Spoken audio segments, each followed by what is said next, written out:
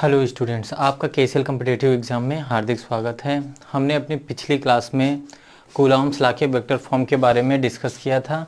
आज हम उसके आगे प्रोसीड करते हैं क्लास को और आज हम डिस्कस करेंगे फोर्स बिटवीन मल्टीपल चार्जेस। आज हम डिस्कस करेंगे किसके बारे में? Forces between multiple charges. आज से थोड़ा हम लिटिल बिट ज़्यादा इंग्लिश का यूज करेंगे क्योंकि स्टूडेंट्स बोल रहे हैं कि सर इंग्लिश में थोड़ा ज़्यादा बताइए, जिससे सीबीएसई बोर्ड वाले बच्चों को भी थोड़ा सा इजी हो सके। तो आप लोग नोट्स बनाते जाइएगा, हम दोनों में बोलेंगे, हिंदी भी बोलेंगे और इंग्लिश में भी बोलेंगे। तो आप लोग नोट्स प्रिपेयर करते जाइएगा, किसी को कोई दिक्कत नहीं होगी। और जो समझने वाली चीज़ है वो भी समझाएंगे, इंग्लिश हिंदी दोनों में। तो फोर्सेस बिटवीन मल्टीपल चार्ज। अब देखिए, फोर्सेस बिटवीन मल्टीपल चार्जेस में सबसे पहले हम पढ़ेंगे क्या? प्रिंसिपल ऑफ सुपरपोजिशन आगे जानेंगे। Principal of superposition. देखिए, प्रिंसिपल ऑफ सुपरपोजिशन क्या होता है? देखिए, फोर्सेस बिटवीन मल्टीपल चार्ज को हिंदी में बोलते हैं बहुल आवेशों के बीच बल। क्या बोलते हैं? बहुल आवेशों के बीच बल।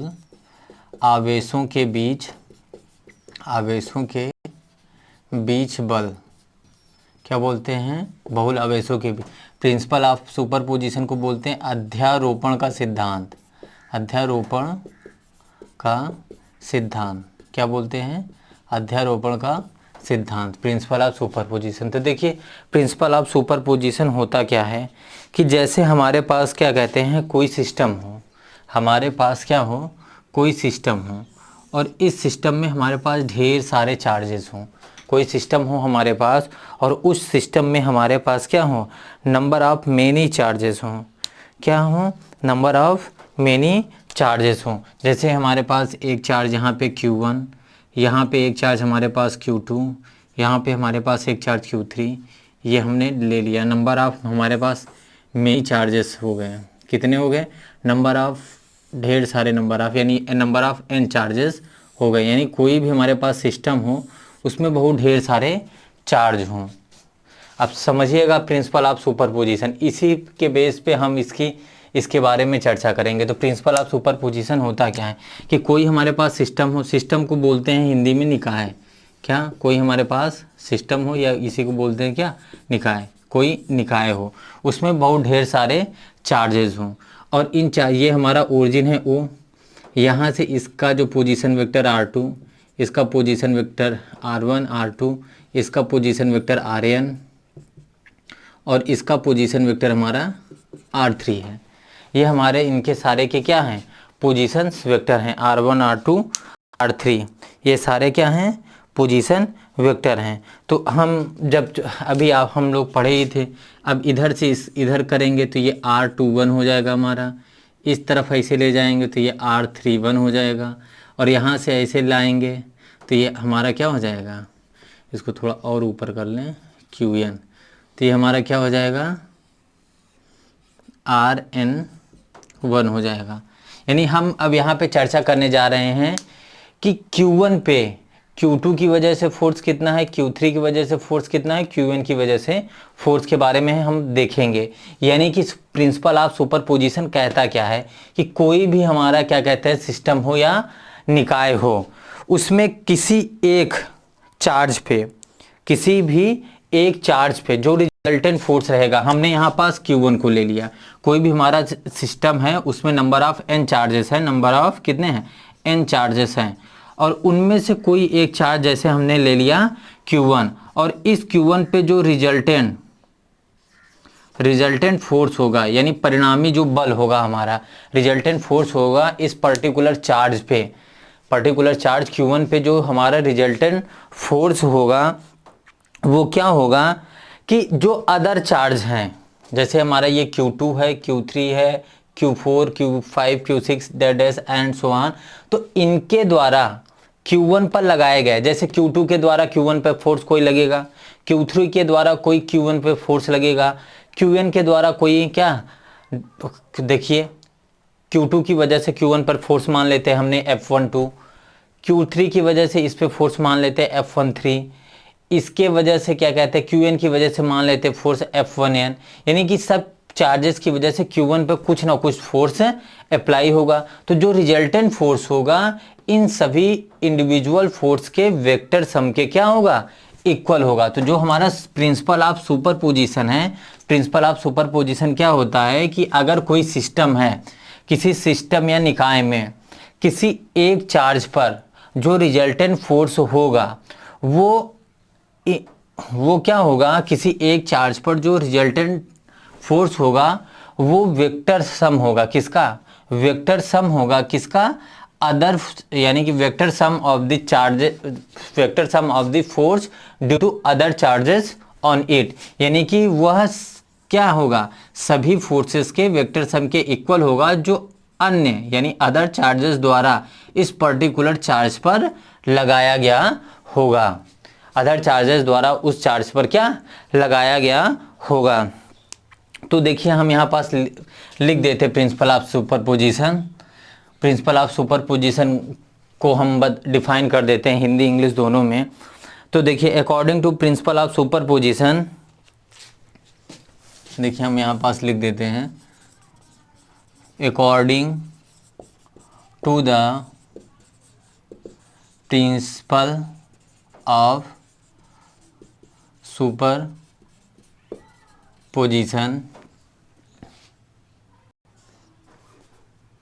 if any system made from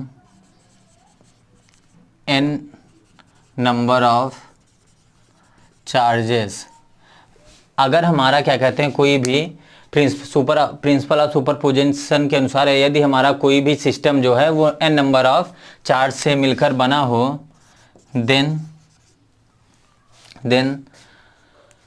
अब देखिए n नंबर ऑफ चार्ज से मिलकर जब बना है तो देन द रिजल्टेंट फोर्स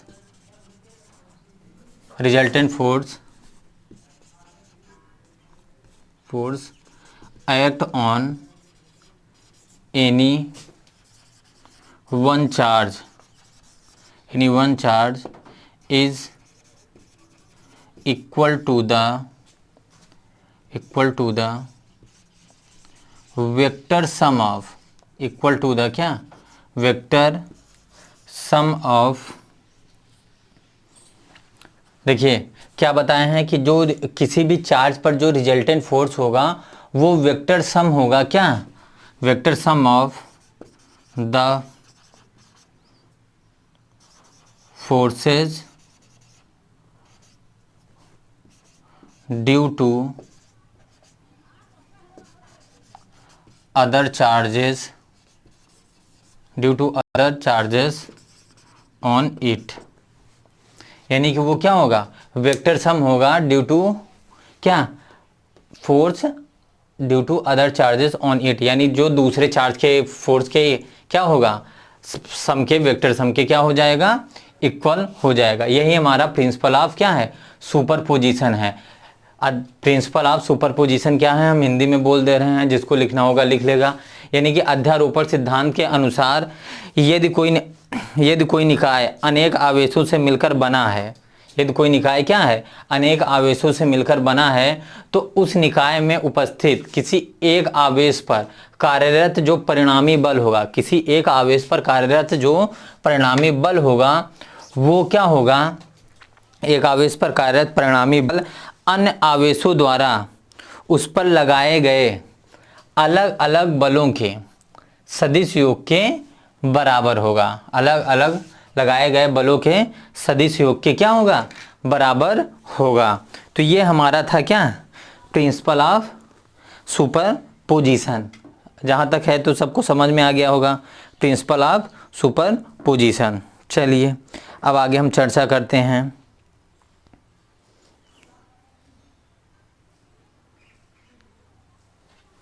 चलिए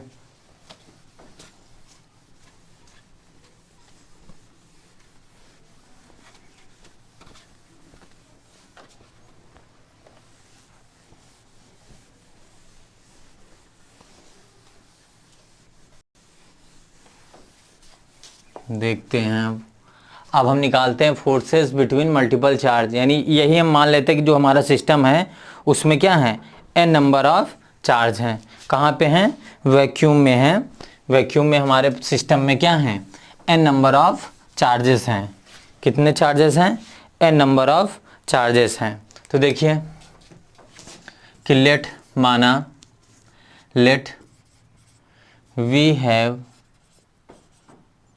n number of charges in any system,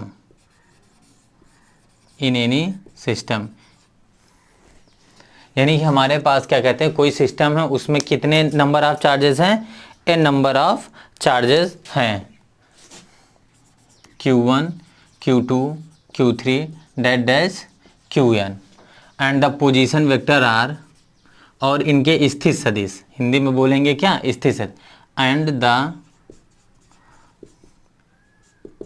position vectors are R1 R2 R3 dash Rn है, यानी इनके स्थित सदिश क्रमशः R1 R2 R3 और क्या है, Rn है, Rn, ये इनके क्या हैं, पोजीशंस वेक्टर हैं। तो अब इनके पोजीशन वेक्टर हैं, तो अब हम देखते हैं कि Q2 की वजह से Q1 पर फोर्स अप्लाई कितना हो रहा है उसको हम देखते हैं, और फिर इसी तरीके से आगे हम चर्चा करेंगे। तो now the force on Q1 due to Q2, यानी Q2 के कारण Q1 पर जो फोर्स हो जाएगा उसको हम लिख लेते हैं क्या, F12। क्या ले लेते हैं हम, F12 ले लेते हैं। क्या ले लेते हैं, F12। तो वो क्या हो जाएगा, 1/4 pi epsilon 0 Q1 Q2 divided by क्या, R21 का स्क्वायर R21 कैप। अब सिंस देखिए ये तो हमारा मॉड ही है, अब मॉड चाहे R21 ले लें चाहे R12 लें, बात एक ही होती है। क्या होती है, बात एक ही। तो इसको हम ऐसे लिख सकते हैं, F12 equal 1/4 pi epsilon 0 Q1 Q2 divided by क्या, R12 का स्क्वायर और R21 कैप। ये हमारा हो गया क्या, कि फोर्स ऑन क्या, Q1 ड्यू टू Q2। इसको हम ले लेते हैं इक्वेशन फर्स्ट, इसको हम ले लेते हैं क्या, इक्वेशन फर्स्ट ले लेते हैं। अब सिमिलरली देखें, इसी तरीके से हम क्या करें, सिमिलरली देखें, इसी तरीके से हम अगर देखें सिमिलरली तो क्या आएगा, देखिए इसी प्रकार या सिमिलरली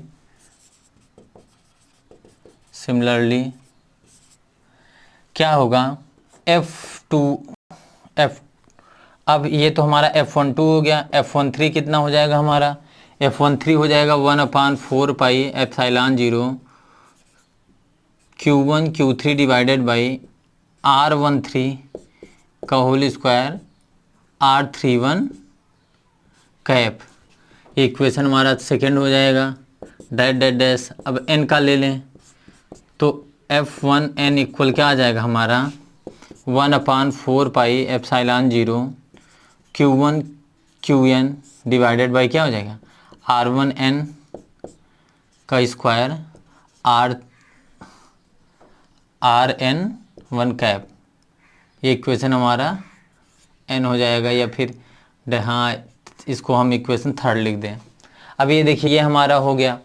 अब इसी यानी कि अब हम लगा देते हैं इसमें principal of superposition.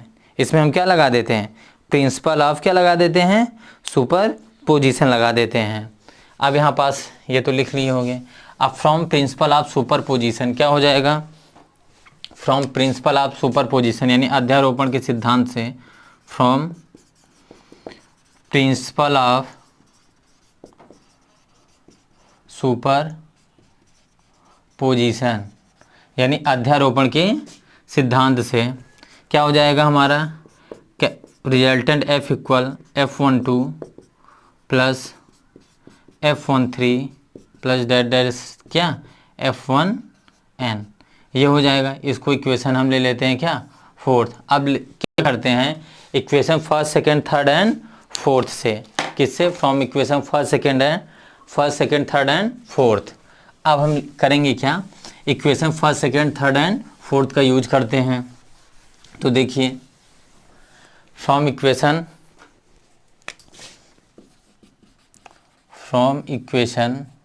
First second third and fourth क्या हो जाएगा, resultant F equal 1/4 Q1 Q2 divided by R12 का whole square R21 cap plus 1/4 Q1 Q3 upon R13 का whole square R31 cap plus and so on 1/4 Q1 Qn divided by R1n का whole square Rn1 cap. ये हमारा हो गया resultant f।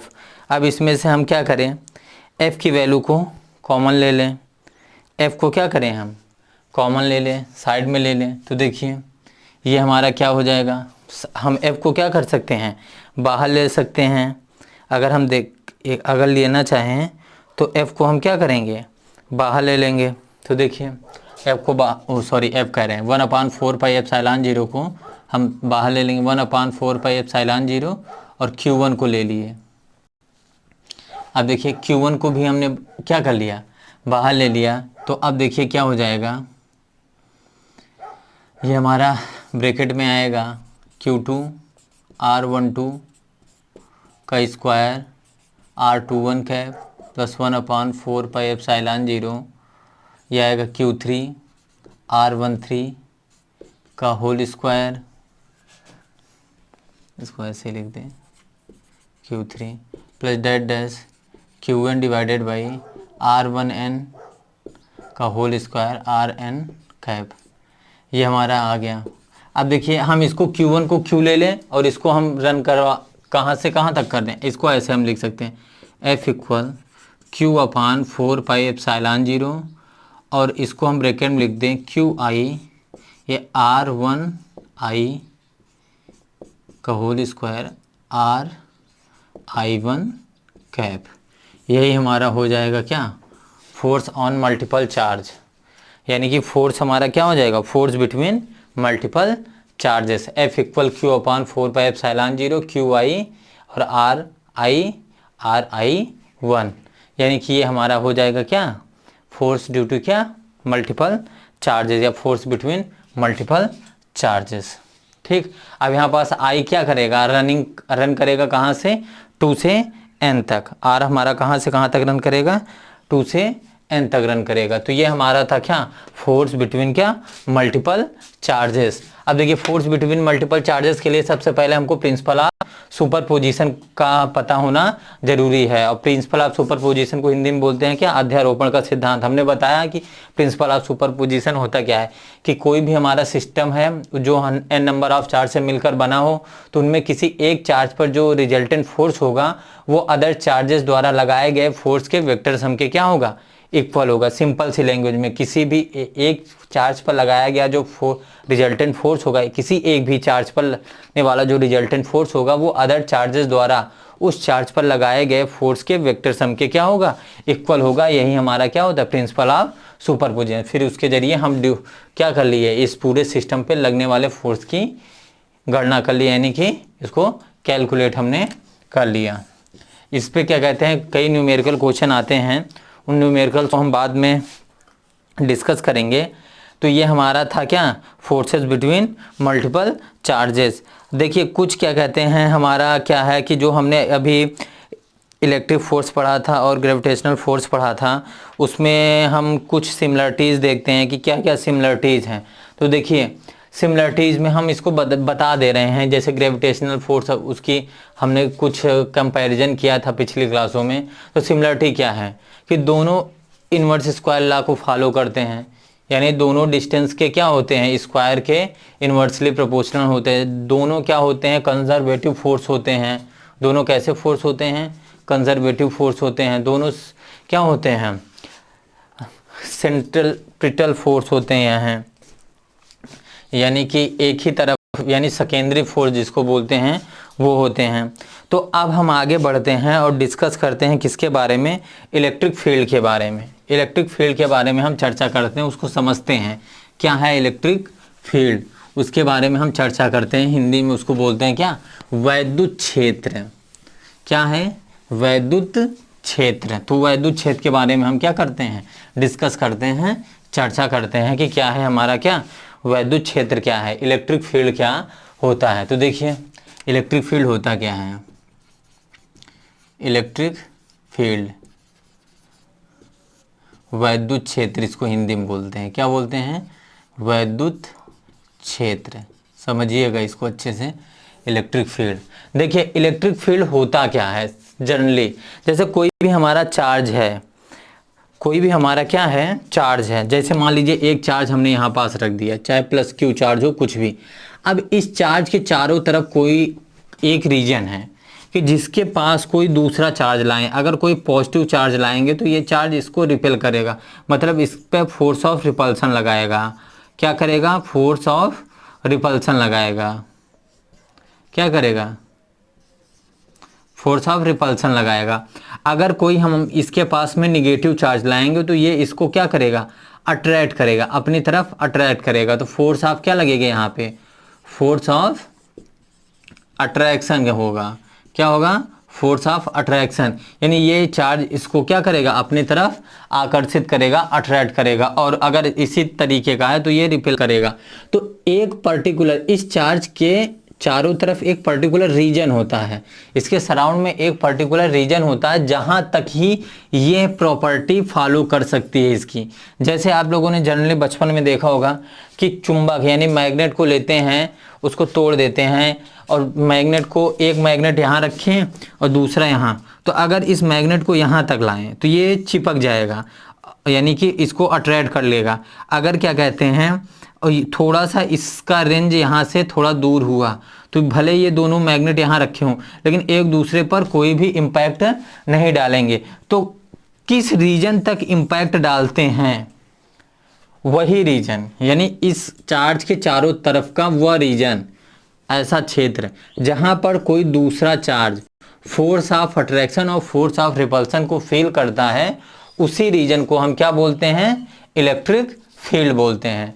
तो the field around any charge where the another charge field force of attraction और force of repulsion, यानी repulsion, यानी किसी आवेश के चारों ओर का वह क्षेत्र जिसके अंतर्गत कोई अन्य आवेश वैद्युत आकर्षण अथवा वैद्युत प्रतिकर्षण बल का अनुभव करता है, उसे ही हम क्या बोलते हैं, वैद्युत क्षेत्र कहते हैं। उसे ही हम क्या बोलते हैं, वैद्युत क्षेत्र कहते हैं।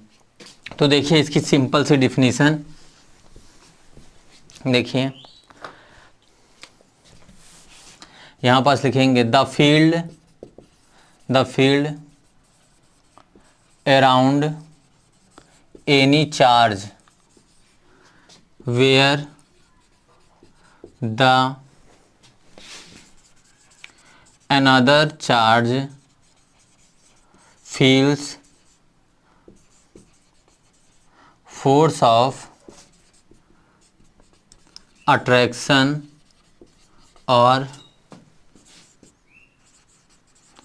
Force of repulsion is called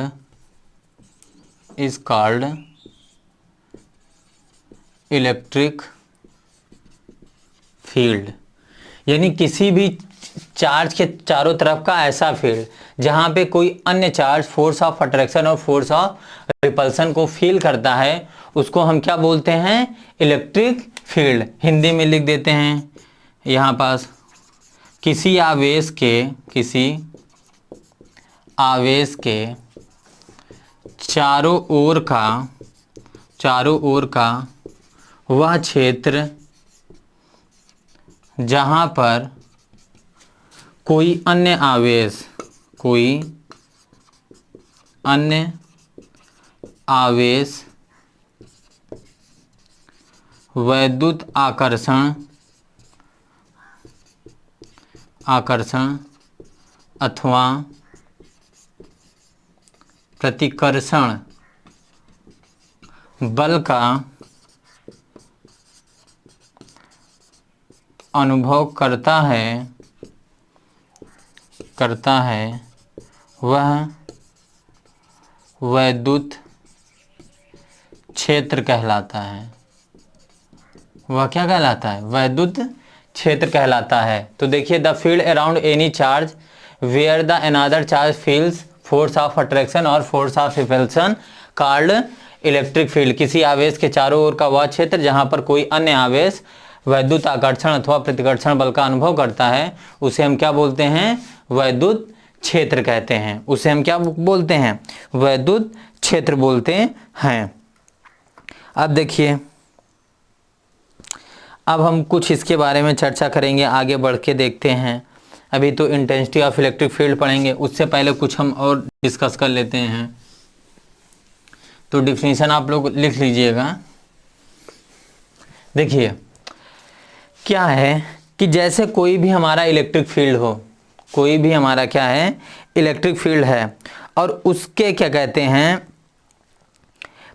उसके यानी एवरी पॉइंट पर एक यूनिट चार्ज यानी यूनिट पॉजिटिव या टेस्ट चार्ज क्या एक रूप से क्या कहते हैं? इक्वली क्या कहते हैं? एक प्रकार के ही फोर्स को क्या फील करें, यानी एक जैसे फोर्स को क्या करें? फील करें। तो वो इलेक्ट्रिक फील्ड क्या होता है? वो इलेक्ट्रिक फील्ड जैसे हमारा कोई है चार्ज, मान लीजिए यहाँ पास, अब यहाँ पास कोई टेस्ट चार्ज लाए हैं, तो ये टेस्ट चार्ज हर पोजीशन पर एक ही तरीके का फोर्स फील कर रहा है, एक ही तरीके का। तो ये हमारी जो इलेक्ट्रिक फील्ड होगी वो यूनिफॉर्म इलेक्ट्रिक फील्ड होगी। कैसी इलेक्ट्रिक फील्ड होगी? यूनिफॉर्म इलेक्ट्रिक फील्ड, यानी कि इसकी जो इंटेंसिटी है चारों तरफ क्या है? समान है, इक्वल है। तो ये इलेक्ट्रिक फील्ड, जैसे हमारा कोई भी है टेस्ट चार्ज यहाँ पे लाएं या कोई पॉजिटिव चार्ज लाएं, कोई भी, तो वो जो चार्ज है वो इक्वल फोर्स को क्या कर रहा है? फील कर रहा है। इक्वल फोर्स को क्या कर रहा है? फील कर रहा है। तो इस तरीके के क्या कहते हैं? इलेक्ट्रिक फील्ड को हम क्या बोलते हैं? यूनिफॉर्म इलेक्ट्रिक फील्ड बोलते हैं। कैसे बोलते हैं? यूनिफॉर्म इलेक्ट्रिक फील्ड बोलते हैं। हिंदी में बोलते हैं समरूपी विद्युत क्षेत्र। क्या बोलते हैं? Uniform electric field. इसको समझ लीजिए, बस लिखने की जरूरत नहीं है। अब जैसे ऐसे ही कोई चार्ज है, उसके पास कोई टेस्ट चार्ज लाएं, वो हर पॉइंट पे डिफरेंट फोर्स को फील करे। हर पॉइंट पे क्या करे? डिफरेंट फोर्स को फील करे। तो उस तरीके के इलेक्ट्रिक फील्ड को हम बोलते हैं नॉन यूनिफॉर्म इलेक्ट्रिक फील्ड। क्या बोलते हैं? Non uniform electric field. यानी कि नॉन यूनिफॉर्म को हिंदी में क्या बोलेंगे? असमरूपी वैद्युत क्षेत्र। क्या बोलेंगे? असमरूपी वैद्युत क्षेत्र बोलेंगे। अब देखिए, कुछ चीज़ें ऐसी होती हैं कि जैसे कोई भी चार्ज है हमारा यहाँ पास है, अब ये Q है, अब इसके पास कोई टेस्ट चार्ज है, अभी इस पर्टिकुलर टाइम पे ये वाला चार्ज कुछ फोर्स फील कर रहा है, और जैसे ही टाइम चेंज हुआ, यानी कि अब टाइम पे डिपेंडेंस देखते हैं, जैसे ही टाइम चेंज हुआ तो ये चार्ज कोई दूसरा इलेक्ट्रिक फील्ड यानी दूसरा फोर्स को उसी पोजीशन पे है, लेकिन कोई दूसरे टाइप के फोर्स को क्या कर, यानी कोई दूसरा मैग्नीट्यूड के फोर्स को क्या करने लगा? फील करने लगा। तो इस तरीके के फोर्स को यानी फील्ड को क्या बोलते हैं? चेंजेबल यानी वेरिएबल इलेक्ट्रिक फील्ड बोलते हैं, जो कि किस पे डिपेंड कर रहा है? टाइम पे डिपेंड कर रहा है। कैसा इलेक्ट्रिक फील्ड है वो? वेरिएबल इलेक्ट्रिक फील्ड है। कैसा इलेक्ट्रिक फील्ड है? वेरिएबल इलेक्ट्रिक फील्ड है। और जो हमेशा क्या कहते हैं, कोई भी टाइम इंस्टेंट टाइम हो और वो वहीं पे फिक्स बना रहे, अभी भी इस पे उतना ही फोर्स वर्क कर रहा है, 1 घंटे बाद हम देखें तब पर भी उतना ही फोर्स फील कर रहा है, 10 घंटे बाद देखें तब पर भी उतना ही फोर्स फील कर रहा है, तो ये नॉन वेरिएबल क्या हो जाएगा, इलेक्ट्रिक फील्ड हो जाएगा। तो हमने इलेक्ट्रिक फील्ड के 3-4 टाइप बताए। एक क्या बताया, यूनिफॉर्म इलेक्ट्रिक फील्ड, एक हमने बताया क्या, non uniform electric field, non uniform, एक हमने बताया क्या, वेरिएबल, एक हमने बताया क्या, नॉन वेरिएबल। क्या बताया, नॉन वेरिएबल इलेक्ट्रिक फील्ड। और सबके बारे में बता भी दिया। इसको समरूपी हिंदी में बोलते हैं, क्या बोलते हैं, समरूपी, इसको बोलते हैं असमरूपी, इसको बोलते हैं क्या, परिवर्ती, परिवर्ती, इसको बोलते हैं अपरिवर्ती हिंदी में। तो यानी कि ये क्या होता है, समरूपी में कोई भी हमारा चार्ज है वो उसको यहाँ पे लाएं तो वो क्या एक तरीके के फोर्स को ही फील करे, तो हमारा क्या होता है, किसी भी पॉइंट पे इस पर्टिकुलर रीजन में कहीं पे भी ले जाएं एक ही तरीके का फोर्स को फील करेगा, तो हमारा यूनिफॉर्म इलेक्ट्रिक फील्ड रहेगा वो पूरा फील। अगर वो अलग अलग डिफरेंट टाइप के डिफरेंट मैग्नीट्यूड के फोर्स को फील करेगा तो हमारा नॉन यूनिफॉर्म रहेगा। अगर उसी पर्टिकुलर पॉइंट पे फोर्स टाइम के अकॉर्डिंग फोर्स का मैग्नीट्यूड बदल रहा है, कुछ ज़्यादा फोर्स वो चार्ज फील कर रहा है कभी या कभी कम कर रहा है, तो वो वेरिएबल इलेक्ट्रिक फील्ड रहेगी। और नॉन वेरिएबल में चाहे 1 घंटे बाद देखेंगे तब पर भी उतने फोर्स वो चार्ज फील करेगा, 2 घंटे बाद देखेंगे तब पर भी हमारा चार्ज उतना ही फोर्स फील करेगा। ठीक, तो अब हम आगे चर्चा करते हैं क्या, इंटेंसिटी ऑफ इलेक्ट्रिक फील्ड। किसकी चर्चा करते हैं हम, इंटेंसिटी ऑफ इलेक्ट्रिक फील्ड की। इलेक्ट्रिक फील्ड की इंटेंसिटी क्या होती है, यानी वैद्युत क्षेत्र की तीव्रता क्या होती है, इंटेंसिटी ऑफ क्या, इलेक्ट्रिक फील्ड। चलिए हम हिंदी इंग्लिश दोनों पढ़ा रहे हैं, इससे दोनों टाइम थोड़ा लगेगा लेकिन समझ में आएगा। इंटेंसिटी क्या, इंटेंसिटी ऑफ क्या, इलेक्ट्रिक फील्ड। ये केस ज़्यादा लगा दिए क्या, intensity, intensity of electric field, of electric field, वैद्युत क्षेत्र की हिंदी में बोलते हैं वैद्युत क्षेत्र की तीव्रता, वैद्युत क्षेत्र की तीव्रता कहते हैं इसको, क्या बोलते हैं, वैद्युत क्षेत्र की तीव्रता, इंटेंसिटी ऑफ इलेक्ट्रिक फील्ड। तो देखिए ये क्या होता है, वैद्युत क्षेत्र की तीव्रता क्या होती है। देखिए कोई भी अगर हमारा चार्ज है वो किसी भी क्या कहते हैं इलेक्ट्रिक फील्ड में रखा हुआ है, किसी भी क्या कहते हैं इलेक्ट्रिक फील्ड में रखा हुआ है, कोई भी चार्ज है हमारा वो किसी भी क्या कहते हैं इलेक्ट्रिक फील्ड में रखा हुआ है, तो उस पर्टिकुलर क्या कहते हैं चार्ज पर, उस चार्ज पर, यानी वो चार्ज कोई हमारा यूनिट चार्ज है किसी भी इलेक्ट्रिक फील्ड में रखा हुआ है, तो उस यूनिट चार्ज पर जो वर्क करने वाला फोर्स होता है वही फोर्स हमारा क्या होता है, इंटेंसिटी ऑफ इलेक्ट्रिक फील्ड होती है। तो क्या हो जाएगा intensity of electric field,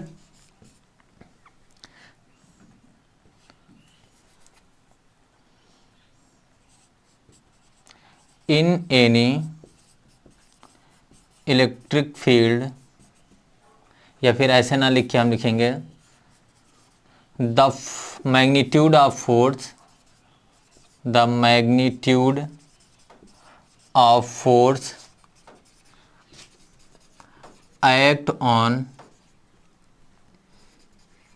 unit charge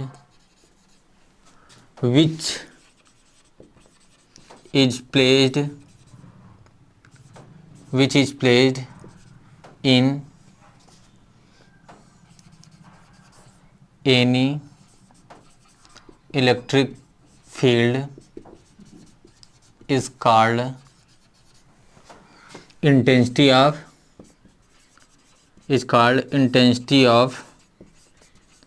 electric field, is called intensity of electric field. It is denoted by, अब इसकी हिंदी में डिफिनीशन लिख दें, किसी वैद्युत क्षेत्र में, किसी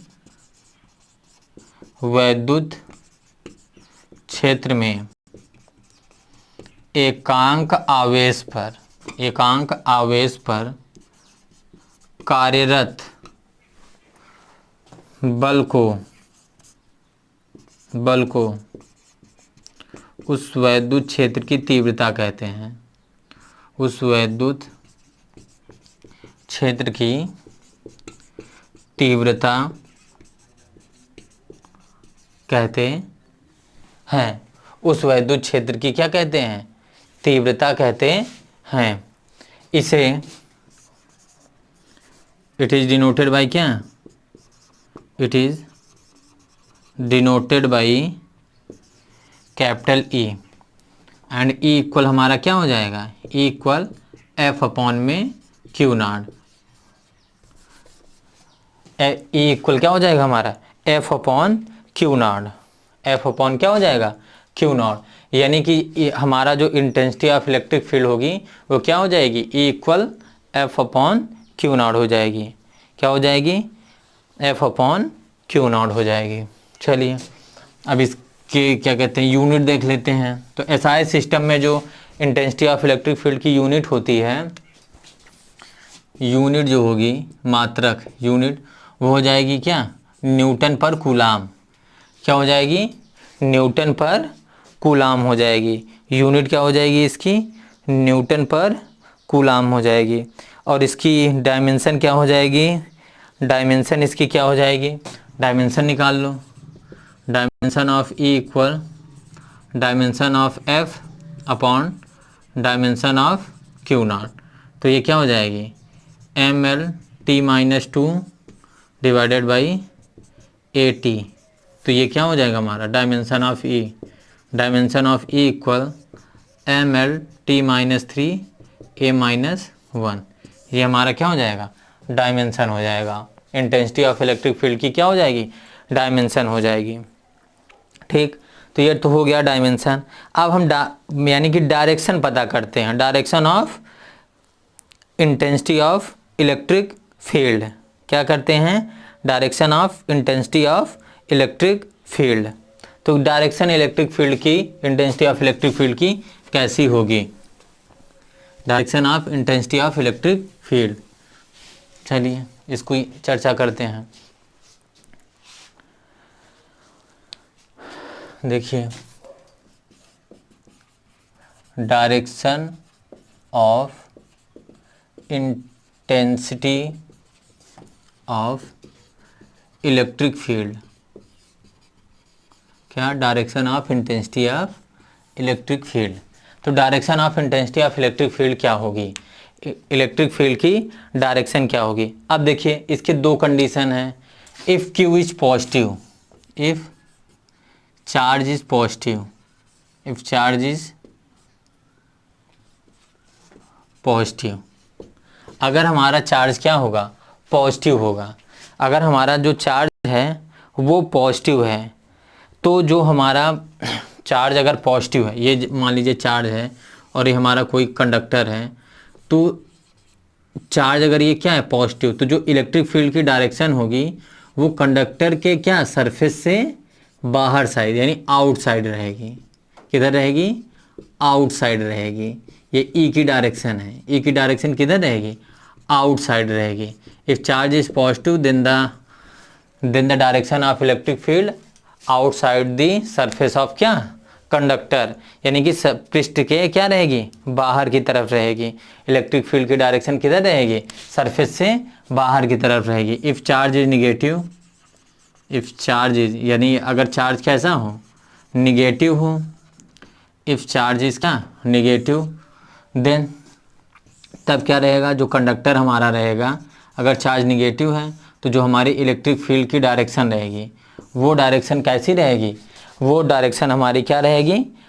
अंदर की तरफ रहेगी। इनसाइड द क्या? Surface of electric field. कैसी रहेगी? इनसाइड रहेगी। इनसाइड द सरफेस ऑफ क्या? Conductor. Conductor outside the surface of conductor यानी चालक के सतह के बाहर की ओर, चालक की सतह के बाहर की ओर, और इसमें क्या रहेगा, चालक की सतह के अंदर की ओर, किधर, अंदर की ओर। तो ये देखिए ये हमारा क्या हो जाएगा, डायरेक्शन ऑफ क्या बन जाएगा, इंटेंसिटी ऑफ इलेक्ट्रिक फील्ड। ठीक, अब देखिए ये तो हमारा हो गया इलेक्ट्रिक फील्ड की definition, intensity of electric field और डायरेक्शन के बारे में।